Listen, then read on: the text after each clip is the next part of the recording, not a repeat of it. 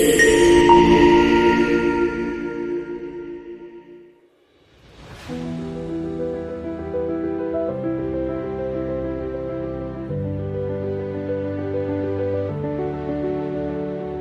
juga saya bagi pihak sekolah ingin mengucapkan setinggi tahniah mensyabas kepada murid-murid baru.